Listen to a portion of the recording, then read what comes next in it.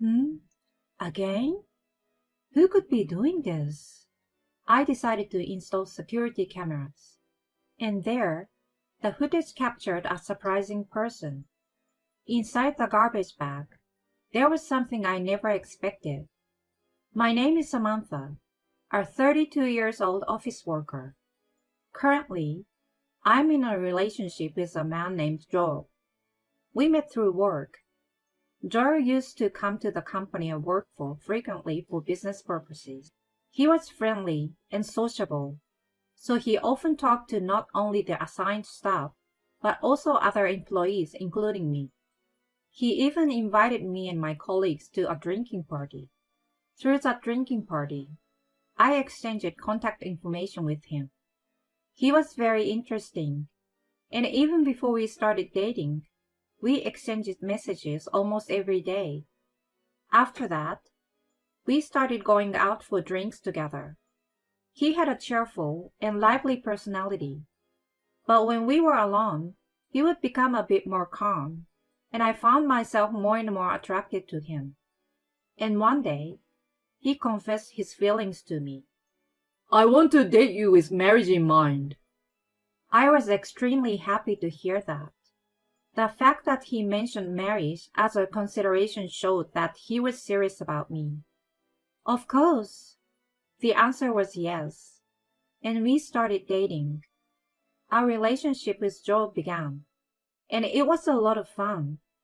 He knew various dating spots and came up with different date plans for me. Thanks to him, I was able to have many enjoyable experiences and discover new things even in places I thought I already knew. We continued our relationship smoothly from then on. Around 2 years into our relationship, Joe proposed to me one day. I want to be with you every day for the rest of my life, Samantha. So, will you marry me? Yes, I will. Thank you. And so, we decided to get married. I went with him to his parents' house. Nice to meet you. I'm Samantha. Hi. Good to finally meet you, Samantha.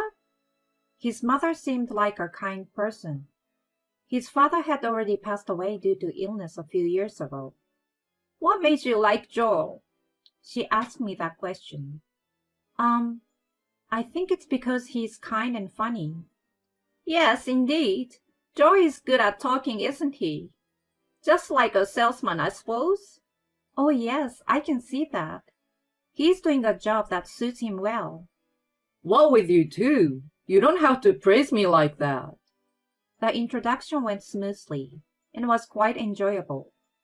It seemed like I wouldn't have to worry much about issues with my mother-in-law after marrying Joel. Also, I didn't know this before, but my house and Joel's parents' house were very close to each other. If I had known it was this close, I would have come to visit earlier. Sorry about that. But if I had known that my girlfriend's parents' house was nearby, it would have made me a bit more conscious. Like, I should go and greet them, you know? Well, you have a point. I thought we could wait until we got married for things like that. That's why I brought it up now. I see. But once we are married, we can easily visit my mom whenever we want. That's a good thing, right? Yes, you're right. His mother was listening to our conversation with wide eyes. When you get married, won't you rent a new place? Are you going to live in Samantha's apartment together? Samantha's house is actually an inherited property from her late grandparents. Oh, I see. Actually, my parents passed away in an accident, and I was taken in by my grandparents and raised by them since I was young. Both of my grandparents have also passed away, so now I live alone in a spacious house. We've been discussing living together there once we are married. I see. I didn't know that. It's unfortunate about your parents. If you two have talked it over and made that decision, then it's fine. Congratulations on your marriage, Samantha and Joel. Thank you, Mom. Samantha, if you ever need anything, feel free to come to me. Thank you very much. His mother seemed really kind, and I was relieved. As I thought that, I went home with Joe. Most of his belongings had already been moved, and it felt like he was already halfway living in my house. Your mom seems like a really kind person. I'm glad. You think so? Well, I don't consider myself that kind, to be honest. Really? I think you are incredibly kind. You saying that makes you the kind one, Sam? Oh, really? We laughed while complimenting each other, with the belief that we could have a happy married life together. We had our wedding ceremony. We hadn't shared the fact that Joe and I were dating with our colleagues at work. So when they heard about our marriage, they were surprised. But they said we looked good together and congratulated us. Many people attended our wedding. I think it was wonderful that we were able to have a happy wedding ceremony. After that, we started our newlywed life. Since we were practically living together already, there wasn't much change in our daily life. However, being newlywed had a mysterious power that made everything feel fresh and exciting. Even after marriage, I continued working, and we both had jobs. My husband wasn't good at household chores, especially cooking. So I took charge of cooking, and he helped with other chores like cleaning and laundry. At first, he was still getting used to it, but he tried his best with cleaning. It's really appreciated to have a husband who cooperates with household chores. In this way, we smoothly enjoyed our newlywed life, and I felt happy every day. But less than a year of marriage, my husband started going on business trips more frequently. I will be going on a business trip for about a week. Huh? Again? You've been going on a lot of trips lately. Well, they seem to have high expectations of me. They've entrusted me with some important tasks. I see. Well, you have to do your best then. Yeah, sorry for leaving the house again. It's okay. Take care, all right? Although I said those words, I felt a bit lonely. We're still newlyweds, and yet they keep increasing the number of business trips. What is the company thinking?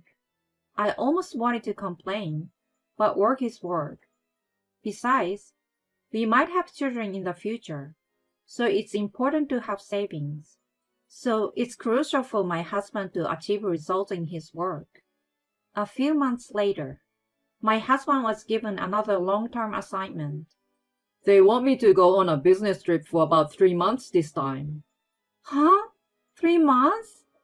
They want me to go and provide support from headquarters as they set up a new branch.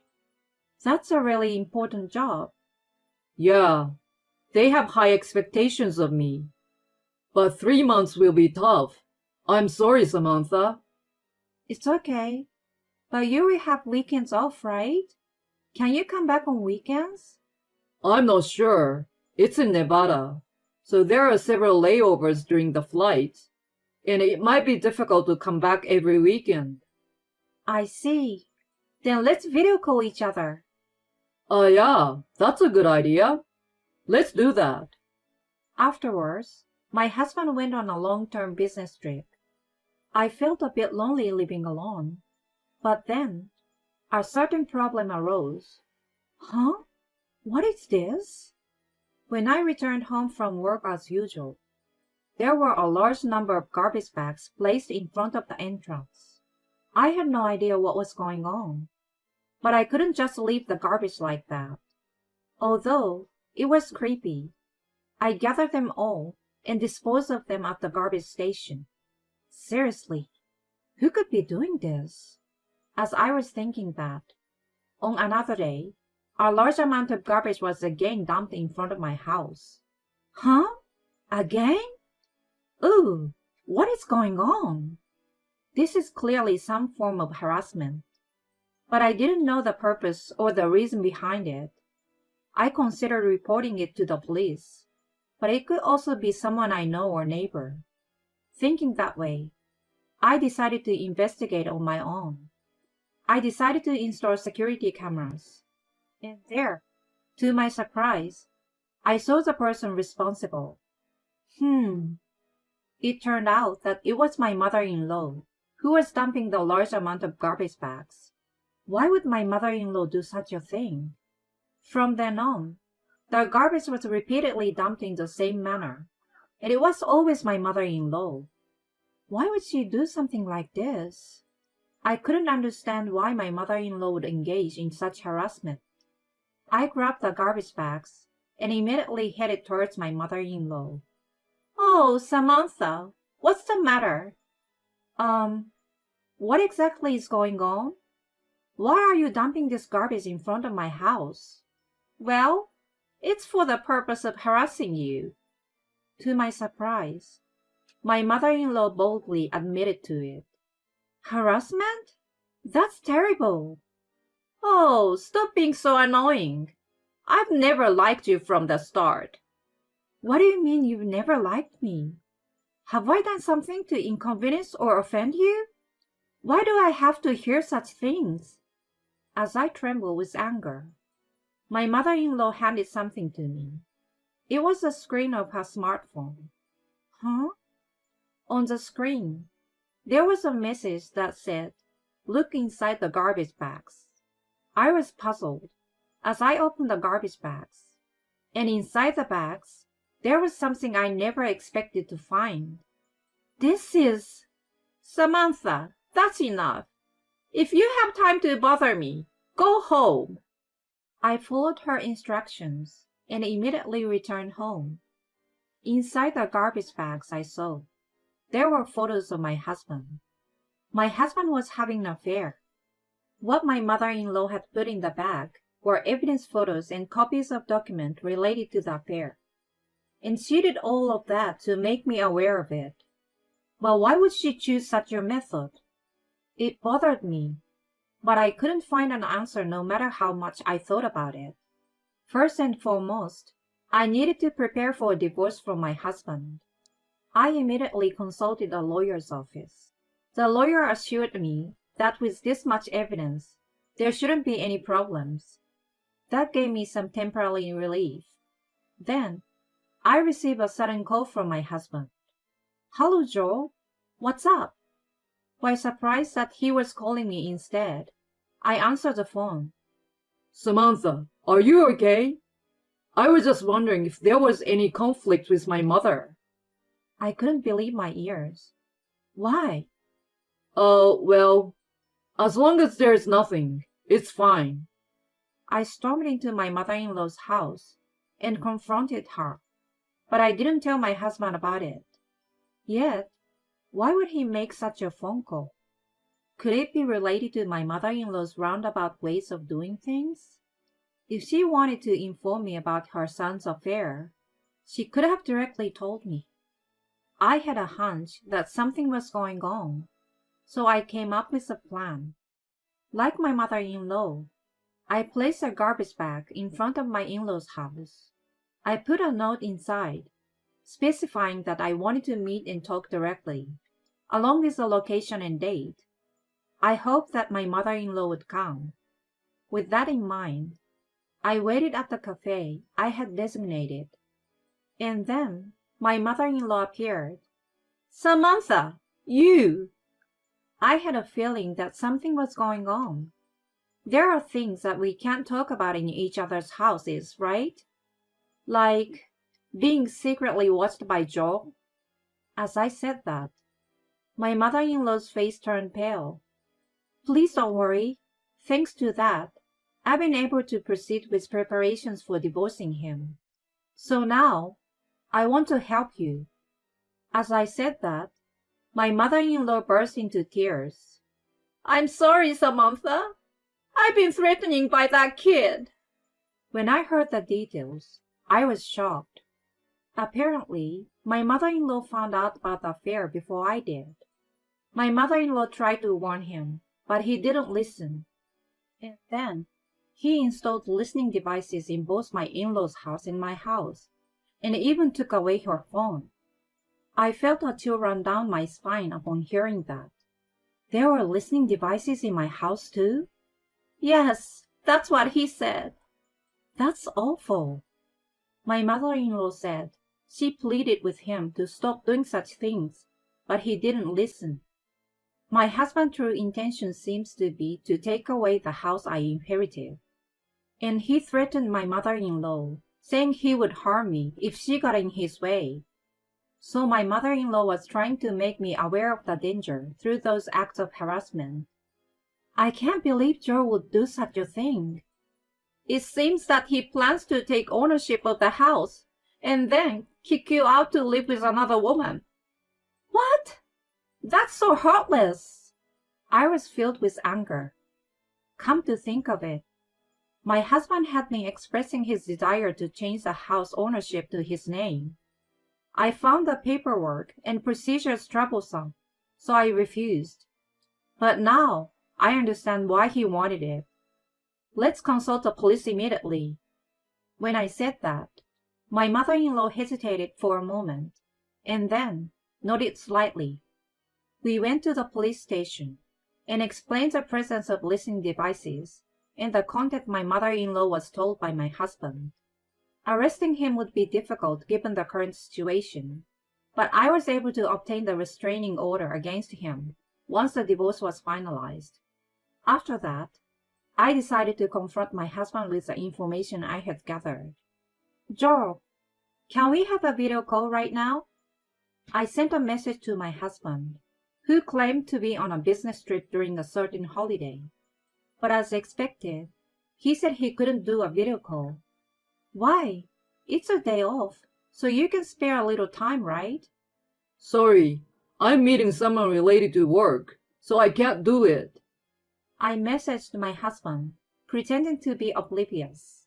So, I saw you sitting at Divine Cafe with a woman I don't know? Immediately my husband called me. Samantha, what are you talking about? He sounded flustered, standing up and looking around anxiously. I sent him a photo. It was a picture of my husband happily chatting with his affair partner at the cafe. See? I'm telling you that I saw you guys. I was surprised when I saw you there by chance while I was going shopping. I mean, you were supposed to be on a business trip to Nevada, but here you are in the neighboring town with an unknown woman. Hey, Joel, this is an affair, right? Well, that's... My husband was clearly disturbed. It was just a coincidence that I found out, but it's solid evidence, so there's no escaping from it. My husband let out an almost inaudible voice. Let's prepare a lawyer and proceed with the divorce immediately. Wait! Just wait a minute! Despite my husband pleading with me, I hung up the phone without paying attention to him. I pretended it was a coincidence, but this was all part of my plan. I had found out from my mother-in-law's investigation that my husband was at his affair partner's house, so I waited near the affair partner's house for them to leave, and discreetly followed their car. My husband quickly returned home and came to apologize to me. I'm sorry. I was momentarily possessed. I won't do it again. Please forgive me. My husband apologized as he came forward. There's no way I can forgive you. You were pretending to be on a business trip while living at your affair partner's place, right? I can't continue a marriage with such a liar. Let's get a divorce. As my determination became clear, my husband slumped down weakly on the spot. Shortly after that, I divorced him. Of course, I made sure to claim substantial compensation from my ex-husband and his affair partner. By the way, my ex-husband never found out that my mother-in-law had been helping me. I decided to sell the house I inherited from my grandparents. My mother-in-law also sold her house and moved without saying anything to her son. She also canceled her phone contract, so got a new one. It seems my ex-husband planned to seek cooperation from my mother-in-law in paying the compensation. But when he realized she had already moved, and he became quite panicked. He contacted me multiple times, desperately begging for forgiveness. However, I made sure to secure a promise from him to pay the compensation, even if it was in installments. If there was any delay in payment, I made arrangements to have his salary garnished. It appears my ex-husband was eventually abandoned by his affair partner. In the end, he not only failed to acquire the house, but also faced the decision to pay compensation. Currently, he lives a lonely life, shuttling between work and a cheap apartment, with most of his salary dedicated to paying the compensation. On the other hand, I made a bold decision and purchased a condominium. Since the inherited house from my grandparents was in good condition, I was able to sell it at a higher price than I expected. I plan to focus on my work and increase my own income, aiming to build my assets and secure a comfortable future. I won't rush into another romantic relationship for a while, and instead, take my time to find the next partner without any pressure.